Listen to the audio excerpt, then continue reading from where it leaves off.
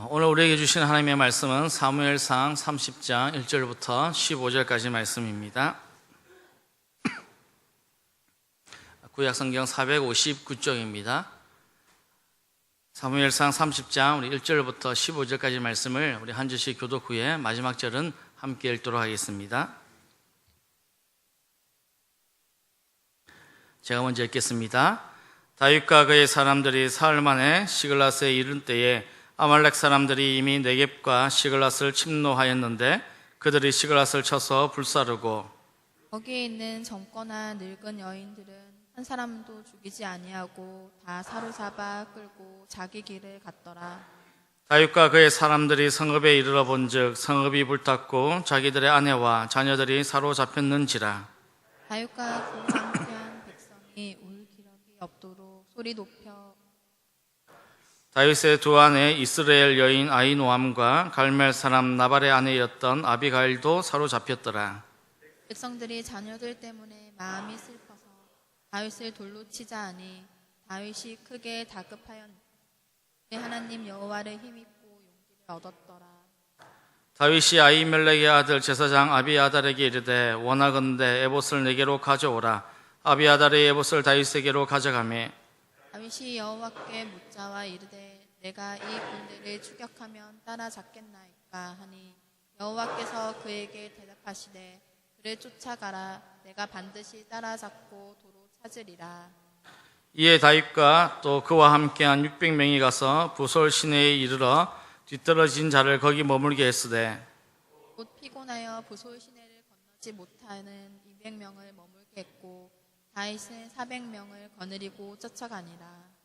무리가 들에서 애굽 사람 하나를 만나 그를 다윗에게로 데려다가 떡을 주어 먹게 하며 물을 마시게 하고 그에게 무화과 한 뭉치에서 나와 건포도 두 송이를 주었으니 그가 밤낮 사흘 동안 떡도 먹지 못하였고 물도 마시지 못하였음이니라. 그가 먹고 정신을 차리매 다윗이 그에게 이르되 너는 누구에게 속하였으며 어디에서 왔느냐 하니 그가 이르되 나는 애굽 소년이요 아말렉 사람이 종이더니 사흘 전에 병이 들매 주인이 나를 버렸나이다. 그가 그렉 사람의 남방과 유다에 속한 지방과 갈렙 남방을 침노하고 시글락을 불살랐나이다. 다윗이 그에게 이르되 내가 같이 한번 읽겠습니다. 다윗이 그에게 이르되 내가 나를 그 군대로 인도하겠느냐 하니 그가 이르되 당신이 나를 죽이지도 아니하고 내 주인의 수중에 넘기지도 아니하겠다고 하나님의 이름으로 내게 맹세하소서. 그리하면 내가 당신을 그 군대로 인도하리이다 하니라. 우리가 살아가는 인생에 보면 참 우리가 어려움이 없고 문제가 없으면 참 좋겠지요. 그러나 살다 보면 참 여러 가지 어려움을 겪게 됩니다. 우리 젊은이들은 생각할 때 아직 그런 경험이 한 적이 없고 앞으로도 없을 것 같지만 우리가 신생을 살아오신 여기 흰머리가 지긋하신 분들은 돌아보면 참 많은 굴곡도 있었고 어려움도 있었다는 것을 아마 말씀하실 것입니다. 우리가 살아가는 인생에서 이런 어려움을 만날 때 우리가 어떤 결정을 하고 어떤 태도를 가지든가 참 중요합니다. 거기에서 포기할 것이냐, 거기서 또 다른 시작을 맞이할 것인가, 준비할 것인가, 이런 부분이 참 중요한데요. 문제를 피한다고 해서 문제가 해결되는 것은 결코 아니라는 것을 누구나 잘 알고 있습니다. 그런데도 불구하고 우리가 선택하는 길 중에 제일 쉬운 방법이 피하는 겁니다. 어떤 한 청년이 인생을 상담하기 위해서 상담가를 찾았습니다. 그리고 그 상담가에게 말을 했습니다. 선생님, 제가 살면서 참 많은 어려움도 겪고 문제도 많이 만나면서 너무 힘듭니다. 좀 편안하게 지낼 수 있는 곳이 어디 있을까요? 내가 좀 어렵지 않고 힘들지 않고 좀 편안하게 좀 그렇게 걱정 없이 살 수 있는 곳이 혹시 있습니까? 그런 곳이 있다면 저에게 추천 좀 해주세요. 또 그렇게 살 수 있는 방법이 있다면 가르쳐 주십시오 라고 물었습니다.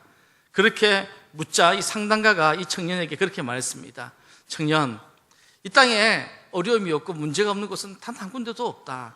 정말 당신이 문제 없이 어려움 없이 편하게 살고 싶다면 저기 뒷동산에 올라가 보면 공동묘지가 있다. 그 공동묘지 안에 들어가면 아무 걱정 없고 문제도 없고 어려움도 없으니까 그곳밖에 내가 가르쳐 줄 곳이 없다라고 이야기를 했다고 합니다. 사랑하는 성도 여러분, 기독교는 낭패가면서 출발한다라고 C.S. 루이스라는 분은 말씀하셨습니다. 우리가 예수를 믿어도 여전히 어려움이 있고 걱정이 있습니다. 예수를 믿으면 아무 걱정 없고 아무 문제 없다라고 말한다면 그 말을 여러분 믿으시면 안 됩니다. 그 말은 거짓말입니다. 예수를 믿어도 지내보면 어려움도 있고 시련도 있고 고통도 있고 원하지 않는 질병과 고통 속에서 살아갑니다. 예수 믿는다고 아무 걱정 없다고 말하는 것은 제대로 복음을 전하는 것이 아닙니다. 예수 믿어도 굴곡은 존재합니다. 그러나 예수를 믿는 사람과 믿지 않는 사람이 또 그 위기와 상황을 바라보는 시각에 있어서 분명한 차이가 있다는 겁니다. 신앙인은 그런 어려움과 위기 가운데서 하나님을 바라봄으로 그 위기를 바꿀 수 있는 능력을 가진 자가 신앙인입니다. 그러나 믿음이 없는 자에게는 그 위기가 인생을 흔들어버리는 엄청난 고통으로 다가오게 되는 겁니다. 오늘 저와 여러분에게는 여러분이 지금 겪고 있는 어려움들, 그런 고통들, 시련들이 여러분들 인생을 뒤흔들어버리는 그런 나쁜 쪽으로의 영향력이 아니라 그것을 통해서 저와 여러분이 믿음으로 더 한 단계 성장할 수 있는 그런 기회가 되기를 주님의 이름으로 간절히 축원합니다. 어느 첼로 연주자가 한 명 있었습니다. 이분은 시력이 너무 안 좋았습니다. 근시안 중에서도 너무 심한 근시안이라서 악보도 제대로 볼 수 없는 그런 눈을 가지고 있는 분이었습니다. 이분이 연주를 할 때마다 악보가 보이지 않아서 너무너무 애를 먹어서 갈등이 일어났습니다. 내가 이렇게 해서 어떻게 연주를 할 수 있을까? 내가 이렇게 눈도 보이지 않는데 어떻게 첼로 연주를 할 수 있겠느냐? 이 첼로 연주를 포기해야겠다. 내가 정말 좋아했던 이 첼로 연주를 이제 그만둬야 되지 않겠느냐? 그런 생각을 하게 되었습니다. 그래도 그 마음속에는 내가 너무 좋아하는 이것을 포기할 수 없어서 어떻게 할 수 있는 방법이 뭐가 있을까? 그래서 그가 연구한 방법은 아예 악보를 통째로 외워버리는 것이었습니다. 그래서 그는 연주할 때마다 자기가 연주할 곡들을 통째로 외워버리기 시작했습니다. 그러던 어느 날 그가 속해 있던 이 팀의 지휘자가 병에 걸려서 입원을 하게 된 것입니다. 공연을 앞두고 지휘자가 공연을 지휘를 해야 되는데, 팀을 지휘해야 되는데 아파서 입원하는 바람에 지휘자가 빠져버리는 이런 사태를 경험하게 된 것입니다. 그런 중에 그 팀에서는 급하게 지휘자를 찾았습니다. 찾아도 쉽게 구할 수가 없었습니다. 결국 그들이 선택한 것은 이 악보를 통째로 외우고 있는 이 사람에게 한번 지휘를 시켜보자. 그래서 이에게 지휘를 시켰습니다. 지휘를 해본 경험도 별로 없지만 그가 아는 것이라고는 악보를 전체적으로 다 안다는 그 한 가지만으로 지휘를 시작했습니다. 그 공연은 너무너무 크게 성공적으로 마쳤습니다. 많은 사람들이 그 지휘자에게 박수하고 칭찬하며 어떻게 처음 한데도 이렇게 잘할 수 있냐고 그에게 격려를 했습니다. 그리고 나서부터 이 사람은 첼로 연주자에서의 삶을 산 것이 아니라 이제 그는 지휘자로서의 삶을 살게 되었고, 지금 우리에게는 세계적인 지휘자로 유명했던 바로 이 토스카니가 바로 그러한 사람이라는 겁니다. 데이비드 브링클린이라는 사람이 이런 말을 했습니다. 신은 가끔 빵 대신에 벽돌을 던지기도 한다. 근데 어떤 사람은 이 벽돌을 원망하면서 발로 차다가 발가락이 부러지고, 또 어떤 사람은 그 벽돌을 주워서 주춧돌로 삼아서 아름다운 집을 짓기도 한다라는 말을 남겼습니다. 사랑하는 성도 여러분, 우리가 어려움을 만날 때 그 어려움을 가지고 원망하고 불평하면서 좌절 가운데 빠질 것이냐, 아니면 그 위기와 그 어려움을 가지고 정말 인생의 주춧돌로 삼아서 그것으로부터 시작해서 더 아름다운 인생의 이막을 이어갈 것인가, 그것은 오늘 우리가 선택해야 될 문제라는 것입니다. 성경에 보십시오. 성경에 나오는 신앙의 인물들이 어려움이 없은 적이 어디 있습니까? 그들이 시련을 겪고 고통을 겪고 위기를 겪었습니다. 우리와 똑같은 어려움도 겪고 고난도 겪었습니다. 그런데 그들은 그런 위기 가운데서 어떤 결정을 합니까? 그들은 위기 가운데서 절망하거나 포기하거나 좌절하지 않습니다. 그 절망의 순간 속에서도 하나님을 찾았습니다. 하나님을 바라봅니다.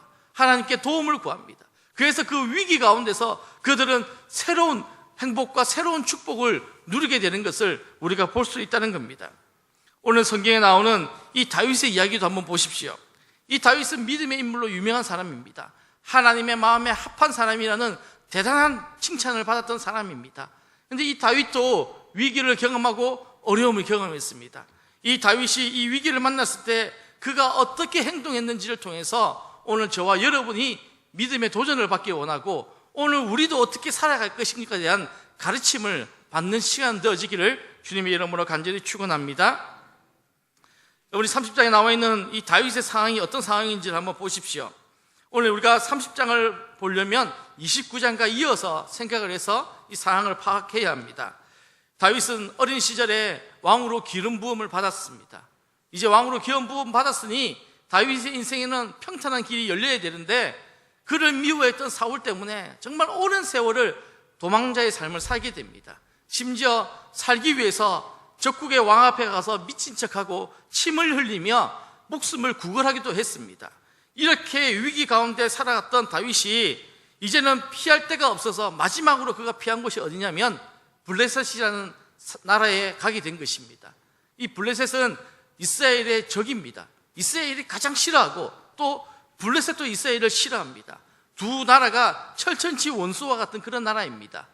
다윗이 이제 이스라엘 땅 안에서 피하다가 피할 데가 없어서 마지막으로 그가 선택한 것이 적국의 왕에게 가는 겁니다. 적국의 왕에게 가서 도움을 구하고 그 왕에게 가서 겨우 목숨을 구걸하면서 지금 살아가고 있다는 겁니다. 이 블레셋 지역의 가드 지역의 왕 아기스에게 가서 살게 되었는데 그가 살면서 아기스의 도움을 많이 받았습니다. 이제 블레셋 사람들이 이스라엘과 전쟁을 치르려고 준비하고 있었습니다.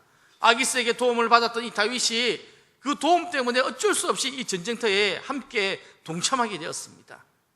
자기 동족을 죽여야 되고 동족에게 칼을 거누어야 되는 이런 상황을 다윗이 원했겠습니까? 비록 블레셋에 가서 도움을 구하고 있을지언정 사울 때문에 피한 것인지 다른 백성들 때문에 피한 것이 아니지 않습니까? 그럼에도 불구하고 그들은 이 블레셋 왕에게 받은 은혜 때문에 어쩔 수 없이 동족과 싸워야 되는 그 현장에 나갈 수밖에 없었습니다. 그런데 하나님은 이 블레셋 나라의 군대 장군들의 마음을 흔들어서 이 다윗이 그 전쟁에 참여하지 못하게끔 도와주셨습니다. 블레셋의 장군들이 바라볼 때 다윗이 그 전쟁에 참여한다니까 두 손을 들어 반대를 합니다. 철저하게 반대를 합니다. 아니, 다윗은 우리의 장군이었던 골리앗을 죽인 왕이고 우리에게 철천지 원수와 같은 그런 존재인데 어떻게 다윗이 우리와 같이 이스라엘과 싸울 수 있겠느냐? 다른 나라도 아니고 자기 동족과 칼을 거둘 수 있겠느냐? 분명히 때가 되면 배신하고 우리에게 칼을 들 것이다. 그러니 다윗은 우리의 전쟁에 참여할 수 없다. 그렇게 단호하게 왕의 말을 듣지 않았습니다. 그래서 어쩔 수 없이 다윗은 그 전쟁에 참여하지 않고 자신들의 가족들이 머물렀던 시글랏으로 돌아오게 됩니다. 여러분, 이 이스라엘 백성들이, 이 다윗의 부하들이 시글랏으로 돌아갈 때 그 발걸음이 어땠을까요? 전쟁의 자리에 참여할 때는 정말 무거웠을 거고 이제 그 동족을 죽이지 않도록 하나님께서 인도해 주심에 대해서 감사하고 기뻐하면서 즐겁게 그들의 가족이 있는 시글랏으로 가고 있었을 것입니다. 3일의 시간을 거쳐서 그들의 가족들이 있는 시글랏으로 도착을 했습니다. 자, 근데 다윗의 눈앞에 또 다윗의 부하들의 눈앞에 보여지는 장면은 환영하는 가족들의 모습이 아니라 불타버린 폐허의 모습만 그들을 기다리고 있었습니다. 가족들이 다 뿔뿔이 헤어지고 없고 또 어디로 잡혔는지 어디서 어떻게 되었는지 생사를 확인할 수 없는 그런 상황 가운데 있음을 그들이 보게 된 것입니다. 온통 집들은 다 불타와 버렸습니다. 가축과 모든 것들이 다 사라져버리는 폐허가 되어버린 그 자리를 그들이 보았을 때 그들의 마음에 그 상처라는 것은, 고통이라는 것은 말로 다할 수 없을 것입니다. 오늘 4절에 보면 그들이 겪었던 그 감정적인 고통이 무엇인지를 우리에게 잘 말해주고 있습니다. 우리 4절을 한번 보시겠습니다. 다윗과 그와 함께한 백성이 울 기력이 없도록 소리를 높여 울었더라. 그들이 너무 황당한 그 장면에, 너무 어이없는 그 장면에 그 자리에 주저앉아서 힘을 다 토해서 울면서 외쳤다는 것입니다. 통곡했다는 것입니다. 이제는 가족들과 함께 남의 땅이지만 거기서 좀 오손도손 좀 재밌게 살아보려고 왔는데 이 남의 땅에서 오히려 폐허가 되어지고 가족들과 헤어지게 되는, 또 생사를 확인할 수 없는 그런 상황을 맞이했던 그들의 고통이라는 것은 이루 말할 수 없는 것입니다. 누가, 어떤 사람이 이 다윗의 가족들과 다윗의 부하들이 가진 그 고통을 이해할 수 있겠습니까? 아마 우리는 이해할 수 없을 것입니다. 혹시 이런 일을 여러분도 경험한 적이 있습니까? 너무 황당해서, 너무 어이없어서 눈물로 목 놓아 울 겨력이 없을 만큼 울면서 통곡했던 적이 여러분의 인생 가운데 혹시 있습니까? 있을 수도 있고 없을 수도 있겠지만 우리가 살아갈 때는 이 다윗만큼은 아니라도 우리를 좌절하게 만들고 어렵게 만드는 그런 일들이 우리 가운데 있게 됩니다. 다윗을 더 힘드는 일들이 계속해서 벌어집니다. 우리 6절을 한번 보십시오. 6절에 보면 백성들의 자녀들 때문에 마음이 슬퍼서 다윗을 돌로 치자 하니라고 말하고 있습니다. 이 다윗의 부하들은 다윗과 함께 진짜 오랜 세월 함께 고통을 겪었던 사람들입니다. 보통 함께 고통을 겪은 사람들은 서로를 이해하고 위로하지 않습니까? 그런데 얼마나 지금 그들이 겪는 고통이 심한지 그 고통의 시간들을 오랜 세월 같이 했던 사람들마저도 다윗에게 돌을 들어 치려고 한다는 겁니다. 함께 목숨의 위협을 받으면서 살아왔던 그들이 이 지금 환경이 너무너무 절망적이고 고통스러워서 자신들이 믿고 따랐던 다윗에게 돌을 들어서 원망하면서 죽이려고 한다는 겁니다. 그들의 마음이 얼마나 힘들었겠습니까? 사랑하는 성도 여러분, 이 다윗의 부하들이 다윗을 해서 원망을 했을 겁니다. 우리가 당신과 함께 수많은 고통의 시간들을 건너왔고 수많은 어려움의 길들을 걸어왔지만 그래도 당신 하나 믿고 당신을 의지하면서 왔다. 그런데 지금 우리에게 닥쳐진 이 상황을 봐라. 그래도 나는 당신 말처럼 하나님이 지켜주신다 그래서 그거 한 가지 믿고 왔는데 우리 눈앞에 닥쳐진 것은 폐허고 자식들은 다 어디로 가버렸는지 알 수가 없고 어떻게 이럴 수 있느냐. 당신이 책임져라. 그러면서 다윗에게 돌을 들어서 치려고 하는 것이 아니겠습니까? 이렇게 부하들의 이런 절망적인 외침과 부르짖음 가운데 다윗의 마음은 눈 녹듯이 주저앉을 수밖에 없었을 것입니다. 너무너무 힘들었을 것입니다. 자신도 가족을 잃었고 자신도 자신의 자녀들이 어디로 사라졌는지 알 수 없는 그런 고통스러운 시간에 그 부하들의 울부짖음은 더 다윗의 마음을 아프게 했을 것입니다. 그리할 때 다윗이 어떻게 대답을 하고 있습니까? 어떻게 이 위기를 다윗이 헤쳐나가고 있습니까? 오늘 6절 말씀 뒷부분에 보면 이렇게 고백합니다. 다윗이 크게 다급하였으나 그의 하나님 여호와를 힘입고 용기를 얻었더라. 지금 너무나 힘들고 어렵지만 그 마음이 급하고 다급했지만 그래도 그 상황 가운데서 다윗이 하나님을 바라보았다는 겁니다. 하나님을 바라보니 하나님께서 그에게 힘을 주고 용기를 주셨다라고 성경은 우리에게 말하고 있습니다. 제가 제 아내와 결혼하고 나서 8년 동안 자녀가 없었습니다. 사람이 낳고 싶어서 낳고 낳기 싫어서 안 낳는 게 아니지 않습니까? 자녀를 출산하는 것은 사람의 힘으로 잘 안 되더라고요. 근데 8년의 시간 동안 자녀가 없다가 하나님께서 정말 은혜로 자녀를 주셨는데 제 아내가 임신하고 얼마 되지 않아서 요로결석을 겪은 겁니다. 한밤에 너무 아프다고 고통을 외치면서 뒹굴고 있는데 남편인 저로서는 할 게 아무것도 없는 거예요. 급하게 응급실로 데려갔습니다. 데려서 이거 어떻게 하면 되냐고, 왜 이러냐고 따져보니까 이제 요로결석이라는 겁니다. 근데 아기가 뱃속에 있기 때문에 어떻게 할 수 없답니다. 한 가지 할 수 있는 방법은 약을 쓰면 되긴 되는데 약을 쓰면 아기가 어떻게 될지 모른다는 것입니다. 그 상황 가운데서 제가 어떤 선택을 할 수 있겠습니까? 하나님 앞에 그 밤에 아내의 손을 붙잡고 기도했습니다. 하나님, 8년 만에 주셨잖아요. 정말 힘들게 하나님 주셔놨고 이제 이것 때문에 또 고통스럽게 만들면 어떻게 합니까? 하나님 불쌍히 여겨달라고 제가 기도하면서 하나님을 원망하는 마음도 있었지만 그래도 하나님께 은혜 다시 한번 달라고 8년 만에 주신 하나님이 이 생명 책임져 달라고 그렇게 하나님 앞에 간절히 기도했습니다. 기도하다가 잠이 들었는데 그날 아침에 제 아내가 저를 깨웁니다. 여보, 집에 가자고. 괜찮냐고. 지금 아무 고통이 없다고. 괜찮다고. 하나님께서 제 아내에게 있는 결석을 은혜로 빼주신 것 같습니다. 그래서 그 아이가 결국 10달이 지나고 이 땅에 귀엽고 사랑스러운 두 아들과 딸이 이 땅에 나올 수 있었습니다. 아무 몸에 상함 없이 건강한 모습으로 이 땅에 태어날 수 있었습니다. 사랑 같으면, 믿음이 없다면 하나님 앞에 제가 원망했을 것입니다. 시사합니다. 하나님, 8년 만에 주 낳고 이런 식으로 날 괴롭힙니까? 어떻게 이럴 수 있습니까? 그러고도 하나님입니까? 있다고 하려면 나 안 하랍니다. 아마 그렇게도 할 수 있었을 것입니다. 너무 화가 났기도 했습니다. 그래도 하나님을 바라보니까 하나님께서 해결해 주셨습니다. 8년이 지나고 이 아이들이 낳고 나서 8년이 지났지 않습니까? 근데 아직도 제 아내가 요로 교사가 다시는 앓은 적이 없습니다. 깨끗이 그 흔적들이 사라졌다는 것을 믿음으로 볼 수 있게 하셨다는 것입니다. 사랑하는 성도 여러분, 우리가 위기를 만나고 어려움을 만날 때 우리가 할 것은 다윗처럼 하나님을 바라보는 겁니다. 하나님을 의지하는 겁니다. 하나님을 바라보니까 하나님께서 그 문제, 그 난처한 상황 가운데서 그 다윗에게 해결의 길들을 열어주셨다는 것입니다. 여러분, 구름이 가득 찬 곳에 태양이 빛을 비추지 않고 태양이 안 보여도 그 구름 뒤에는 태양이 있다는 것을 믿으시지 않습니까? 여러분, 사진 가운데 그런 사진을 보신 적이 있죠?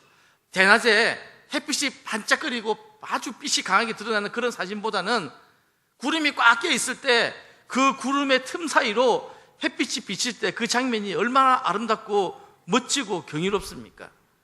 구름이 아무리 꽉 차도 그 뒤에는 태양이 있습니다.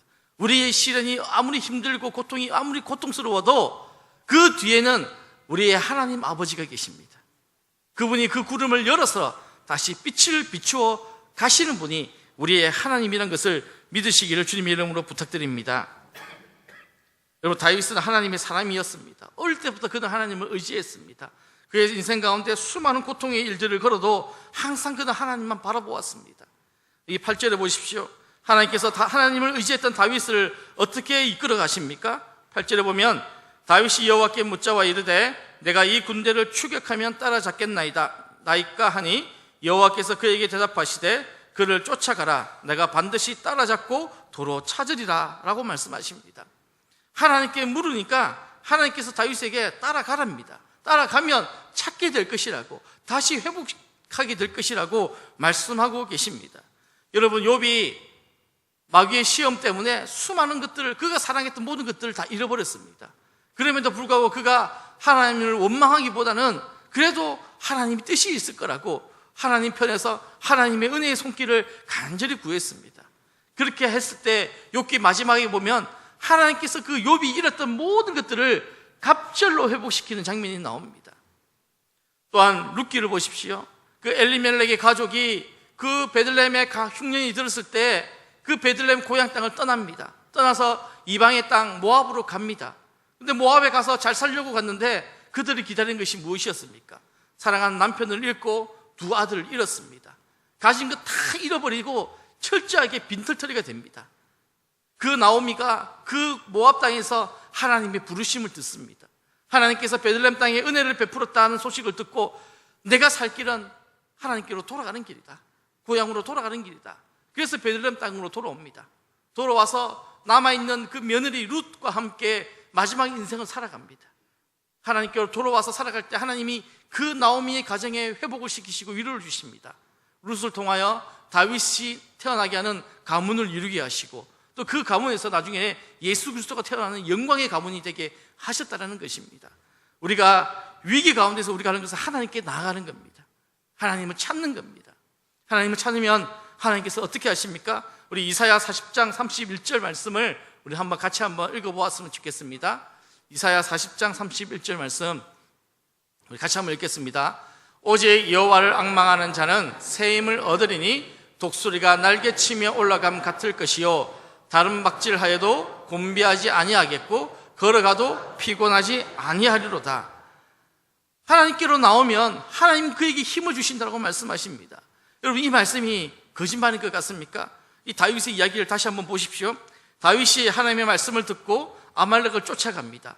이미 그들은 시글라스로 돌아올 때 3일의 시간을 보냈습니다. 몸이 많이 지쳐 있는 상태입니다.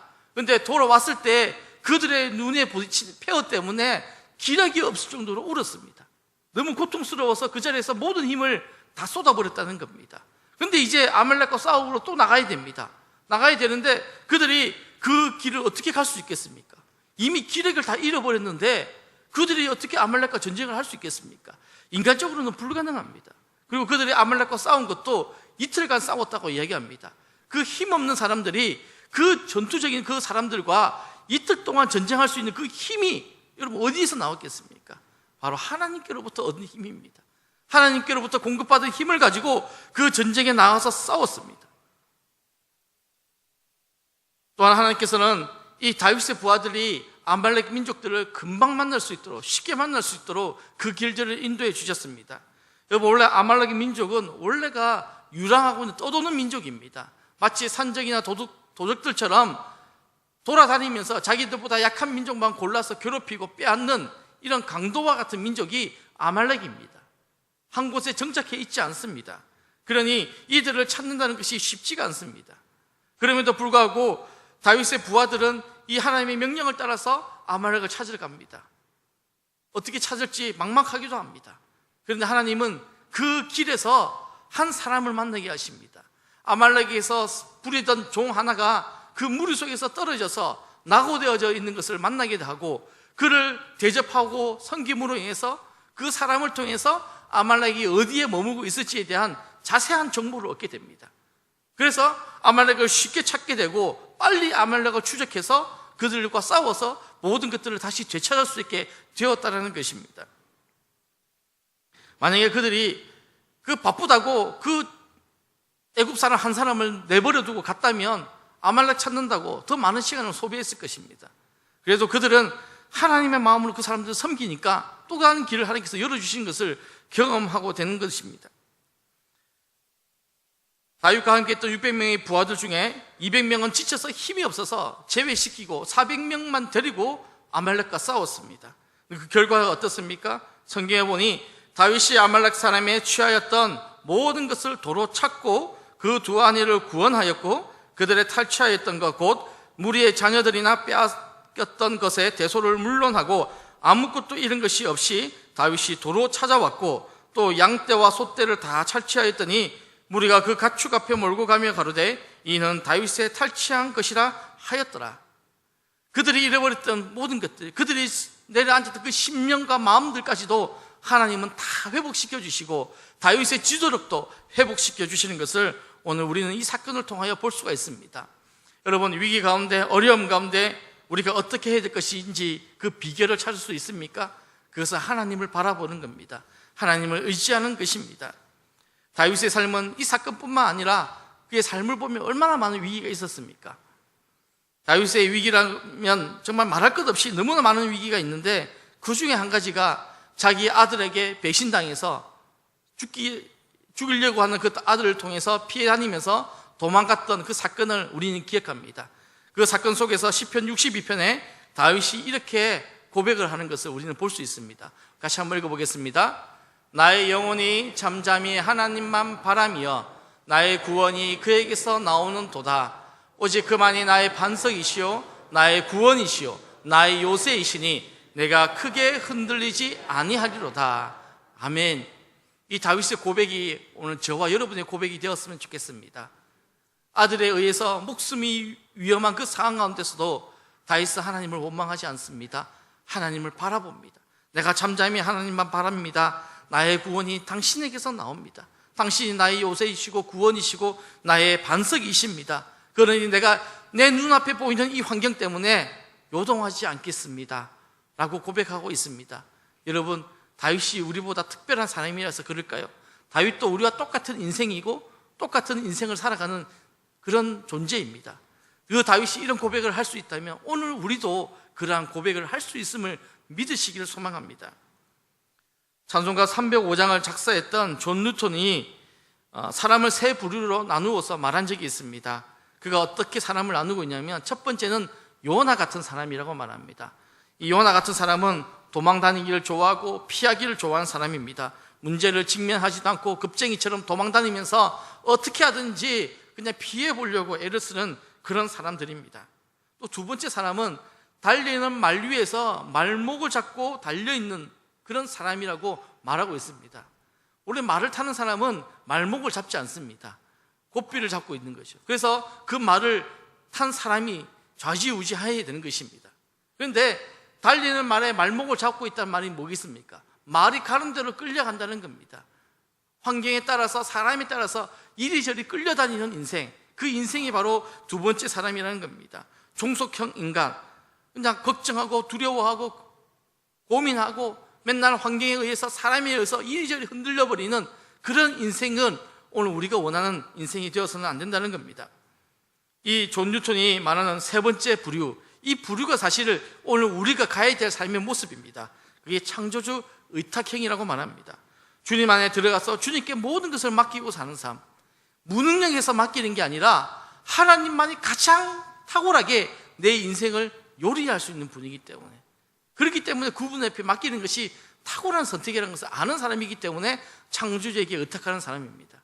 하나님을 의지하는 사람이 무능력에서 하나님을 의지하는 게 아니라 그 사람이야말로 진짜 지혜로운 사람입니다. 자기 능력대로 하는 사람이야말로 똑똑한 것 같고 능력이 있는 것 같지만 그 사람이 더 어리석은 인생이라는 것을 여러분 기억하시길 소망합니다. 세계적으로 유명했던 스퍼전이라는 분이 젊은 시절에 참 낙심 가운데 산 적이 있습니다. 그가 어려움 가운데서 회의에 빠진 적이 있었는데, 그가 방황을 하다가 어느 날 시골에 있던 조그마한 교회를 예배를 참여하게 됩니다. 이 교회는 교인이 해봤자 7명 정도밖에 되지 않는, 6명에서 7명밖에 되지 않는 아주 자그마한 시골 교회입니다. 목회자도 없어서 성도들끼리 서로 말씀을 나누고 있는 그런 예배를 드릴 수밖에 없는 그런 환경을 가지고 있었습니다. 그날 말씀을 전했던 순서가 된 사람은 구두 수성공이었습니다. 그 구두 수성공이 하나님의 말씀을 한 구절 읽고 성도들에게 이렇게 말씀했습니다. 여러분, 예수님을 바라봅시다. 예수님만 의지합시다. 예수님만이 길입니다. 이 말만 계속해서 몇 번이고 외치고 있었습니다. 그러다가 이 사람이 저 뒤에 앉아있던 스펄전을 바라보고 이렇게 외쳤습니다. 저기 앉아있는 청년, 지금 방황하고 있어요? 지금 길을 잃고 있습니까? 당신이 살 길은 예수밖에 없습니다. 예수만 바라보십시오. 그렇게 외쳤다는 것입니다. 그럴 때 스펄전이 그 말을 듣고 드디어 그에게 깨달음이 생겼어요. 그래, 나는 길을 잃어버린 사람이다. 나는 방황하는 사람이다. 내가 살 길은 예수님밖에 없구나. 이제 예수만 바라보자. 그렇게 해서 그가 주님께로 나오게 되고 주님을 의지함으로 인해서 세계적으로 유명한 설교가가 되고 하나님의 복음의 사역에 귀한 일을 맡은 사람으로 사용되어진 것을 우리는 기억할 수 있습니다. 사랑하는 성도 여러분, 뉴질랜드라는 나라에는 날지 못한 새가 5종류가 있다고 합니다. 이들이 날개가 있어도 날지를 못한답니다. 왜 날지 못하냐면 먹을 게 풍족하고 그들을 위협할 수 있는 천적들이 거의 없기 때문에 날 필요가 없다는 것입니다. 굳이 날개가 있다고 해서 날아다닐 이유가 없기 때문에 걷다 보니까 나는 것을 잃어버렸다는 것입니다. 사랑하는 성도 여러분, 우리는 믿음으로 비상을 해야 될 존재입니다. 독수리처럼 날아다녀야 되는데, 독수리, 우리 주님이 독수리보다 더 나으신 분인데 그 하나님의 백성인 저희가 날지 못해서 여기서 그냥 인생 이 현상에서, 현 땅에서 우리의 지금 삶 속에서 허우적거리며 바둥거리며 살아가서는 안 된다는 겁니다.